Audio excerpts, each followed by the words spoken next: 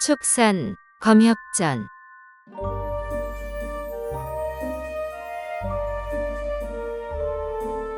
60파. 괴상한 노인. 상강에서 화를 피하다 마음이 통하는 친구를 만나고 악록산에서 경치를 구경하다 괴상한 노인을 만나네.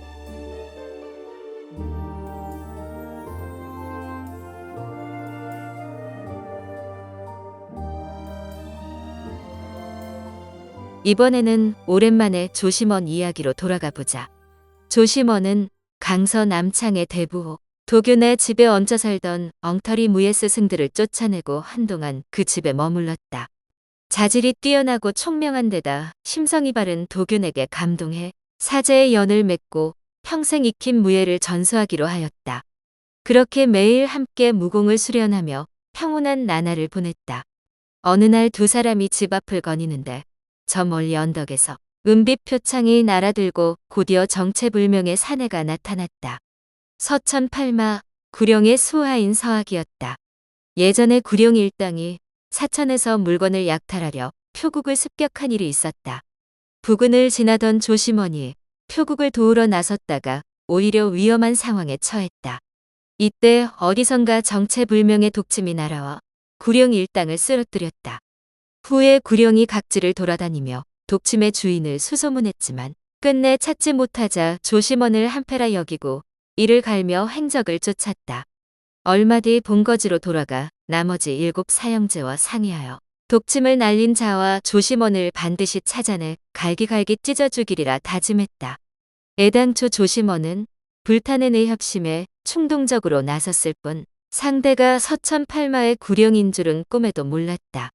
원수가 된 후에야 감히 대적할 수 없는 강적임을 알고 사부질범을 찾아가 도움을 청했으나 한바탕 욕만 먹고 쫓겨났다.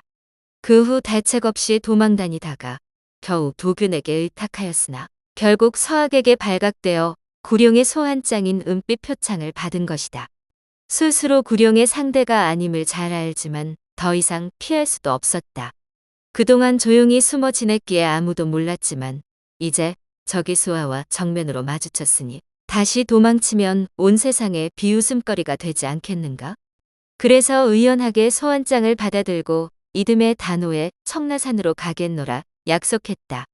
남은 반년 동안 최대한 조력자를 찾아볼 생각이었다. 조심원은 도균집을 떠나며 곰곰이 생각했다. 사부의 용서는 기대하기 힘들었다. 무공도 변변찮은 주제에 멋대로 하사나여 감당하지 못할 화를 자초했으니 절대 도와주지 않을 것이다. 그러나 위청을 비롯해 가까운 사람들은 모두 서천팔마의 상대가 못 되었다. 오랜 법까지 사지로 끌어들일 수는 없었다. 고심 끝에 사부와 인연이 있는 두 검선을 떠올렸다. 한 명은 그 유명한 숭산이로의 주매이다. 하지만 워낙 신출기몰한 괴짜 노인이라 우연히 마주치면 모를까 찾는다고 찾을 수 있는 상대가 아니었다. 다른 한 명은 장사 고광봉에 은거하는 철사이다. 철사는 산을 떠나는 일이 거의 없다고 하니 주매보다 만나기 쉬울 것 같았다. 두 검성 가운데 한 명만 찾아도 팔마를 상대하는 일은 전혀 걱정하지 않아도 된다. 어쩌면 사부를 설득해 함께 움직이게 해줄지도 모른다. 이렇게 마음을 정하자 다른 것은 생각하지 않고 당장 장사로 발길을 재촉했다. 한데 지나는 곳마다 고통에 신음하는 백성들을 마주치니 저도 모르게 분통이 터졌다. 이때는 만주족이 중원을 차지한 지 얼마 되지 않은 시절이었다. 절개를 굽히고 나라를 팔아먹은 조정 대신들이 무슨 양심이 있어 올곧게 백성을 다스리겠는가?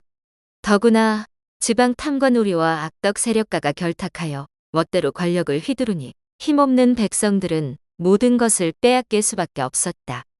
사천은 땅이 비옥하고 넓은 데 비해 사람이 적었기에 탐관오리가 많아도 이렇게까지 살기 힘들지 않았는데 불의를 바로잡고 싶은 마음은 굴뚝 같으나 시간이 촉박하구나. 또한 근본적인 대책이 없으니 그저 한두 집 도와봤자 달라질 것이 없지 않은가.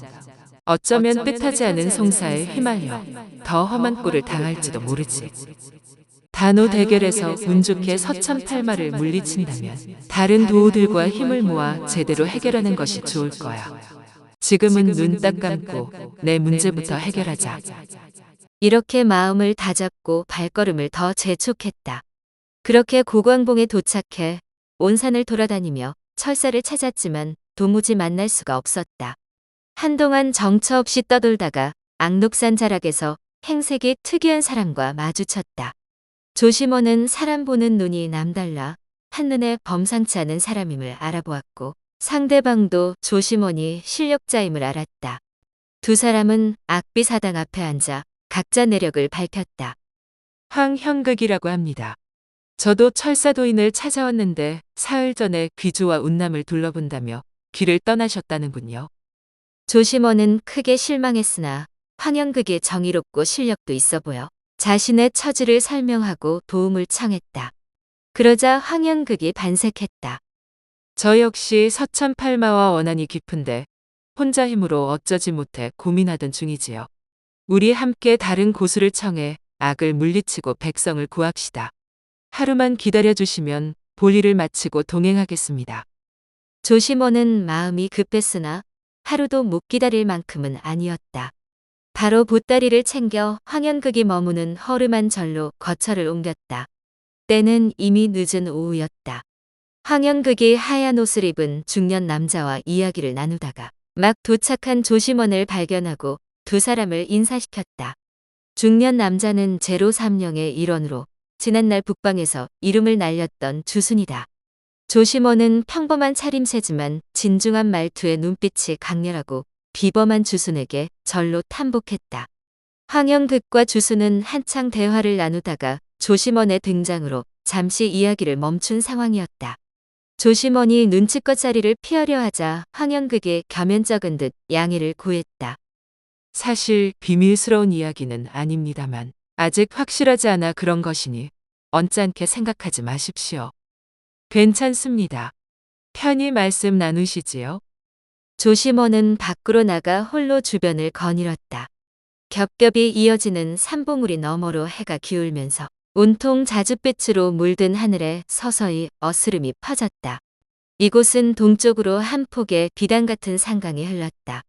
산강을 경계로 한쪽은 구름에 휘감긴 첩첩 산봉우리가 끝없이 이어지고 다른 한쪽은 드넓은 평야가 둘러싼 마을에 민가가 빼곡했다. 숲 너머로 여기저기 밥 짓는 연기가 모락모락 피어올랐다. 한겨울 앙상한 나뭇가지 덕에 시야가 탁 트여 한창 절경을 만끽하는 중에 불현듯 등 뒤에서 발소리가 들렸다. 돌아보니 쾌재재한 노인이 다 떨어진 신발을 질질 끌며 걸어오고 있었다. 보통 사람이라면 궁상맞은 노인네로 치부하고 푼돈이나 던져 주었겠지만 조심원은 노인이 비범한 인물임을 한눈에 알아보았다. 그리고 그 예상은 가까워질수록 놀라움과 확신으로 바뀌었다. 노인은 얼굴에 떼국이 줄줄 흐르고 눈은 반쯤 감겨 있었으나 어깨가 떡 벌어진 데다 몸놀림이 매우 안정적이고 가벼웠다. 무엇보다 그 형형한 눈빛은 초라한 행색으로 감출 수 없었다. 굉장한 내공을 지닌 고수가 틀림없다고 생각하며 불쑥 앞으로 나섰다. 어르신, 황혼이 제법 좋지요? 이런 빌어먹을 놈. 황혼이 어쩌고 어째? 살 만큼 산출해한 노인이니 그만 작빠져 죽으라는 게냐? 노인이 당장 덤벼들기세로 불같이 화를 냈지만 조심원은 예의 바르게 대답했다. 하늘의 황혼을 말한 것이니 노여워 마십시오. 오해를 풀고 제 실언을 너그러이 용서해 주세요. 노인이 노여움을 거두고 한숨을 푹 내쉬며 발걸음을 돌리자 조심원이 얼른 붙잡았다. 잠시만요. 무슨 일로 그리 한숨을 쉬십니까? 말씀하시면 미력한 힘이 남아 돕겠습니다. 노인은 들은 척도 하지 않고 빠르게 걸음을 옮겼다. 조심원이 예사롭지 않은 걸음을 보고 재빨리 뒤쫓았다. 앙록산 동쪽 계곡을 끼고 내려가자 노인이 커다란 바위에 앉아 땅이 꺼질 듯 한숨을 쉬고 있었다. 어르신, 그러지 말고 속 시원히 말씀하세요. 보잘것없는 힘이라도 보탬이 될지 누가 알겠습니까? 그러자 노인이 벌떡 일어나 조심원 얼굴에 침을 탁 뱉었다. 보탬은 객불, 제 앞가림도 못하는 주제에 조심원은 다짜고짜 모욕을 당해 순간적으로 발끈했으나 뒷말에 뼈가 있음을 알아차리고 얼른 얼굴을 닫고 웃으며 답했다. 제 능력이 한참 부족하여 어르신을 돕지 못하지만 어르신의 함자를 말씀해 주시면 무척 영광이겠습니다. 껄껄. 내 화를 다 받아내는 것을 보니 제법 수양이 깊구나. 내 놈이 뭔 소리를 짓거리는지 다는 모르겠다만 왜 한숨을 쉬었느냐고 물었지? 내 마누라 이름이 능서롱이야. 참 좋은 사람이었는데 오래전에 이 늙은이만 남겨놓고 먼저 가버렸으니 내가 얼마나 적적하겠어? 마누라가 담 넘는 재주가 있어서 남의 집에서 슬쩍한 돈으로 술을 사다 주고는 했는데 지금은 술은커녕 밥도 제때 못 먹고 다닌단 말이지. 얼마 전에 제자로 들인 주가놈이 앞으로 술은 자기가 될 터이니 다른 사람 등쳐먹지 말라더군. 그래봤자 제 놈도 도둑놈이지 뭐. 그놈이 사는 술은 도둑놈 썩은 내가 진동해서 영 맛이 안 나. 그래서 머저리 한두 놈 물색해 술 좀 얻어먹으려고 여기까지 왔는데 사흘이 지나도록 마땅한 놈이 없는 거야. 사실 저기 허름한 절간에서 만난 웬 도사놈이 술을 산다는데 아무래도 그 술을 먹으면 아주 난감하고 귀찮은 일을 시킬 것 같단 말이지. 그래서 냉큼 얻어먹지 못하고 계속 고민 중이야. 안 해주자니 술을 안 살 것 같고 술 얻어먹고 일을 해주자니 너무 귀찮고 소시적엔 훨씬 더 힘든 일도 마다하지 않았는데 이젠 늙어서 만사 귀찮단 말이지.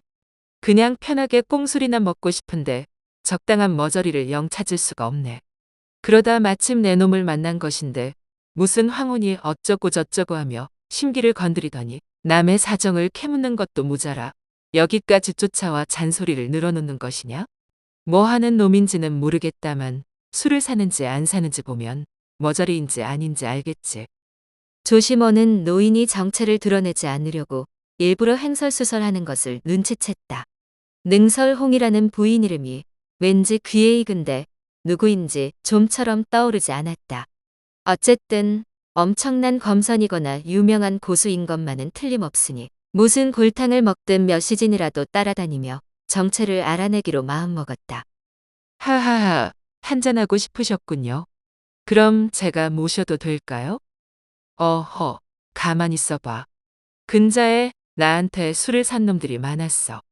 매번 초장에는 그놈이 머저리인 줄 알았는데 얻어먹고 나면 그놈 새치어에 휘둘려 뼈 빠지게 뒤치다꺼리 하게 되더라고. 일면식도 없는데 만나자마자 술을 사겠다니 요즘 세상에 그런 호인이 있을 리가 있나? 내 놈이 머저리인 줄 알고 얻어먹었는데 결국엔 또 내가 머저리가 되는 것 아니냐? 그렇게는 못하지. 진심으로 대접하고 싶은 것이니 염려 놓으세요.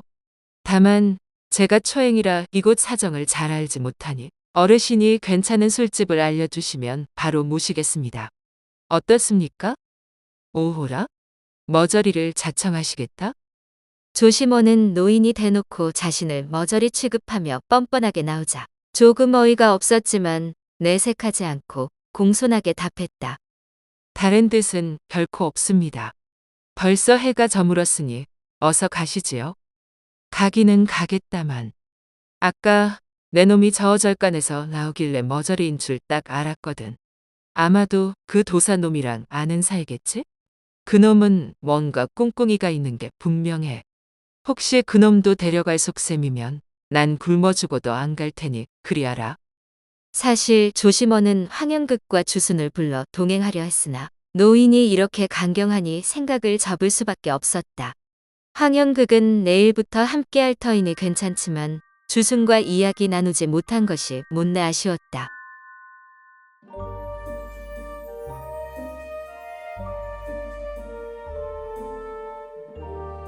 다음 화에서 이어집니다.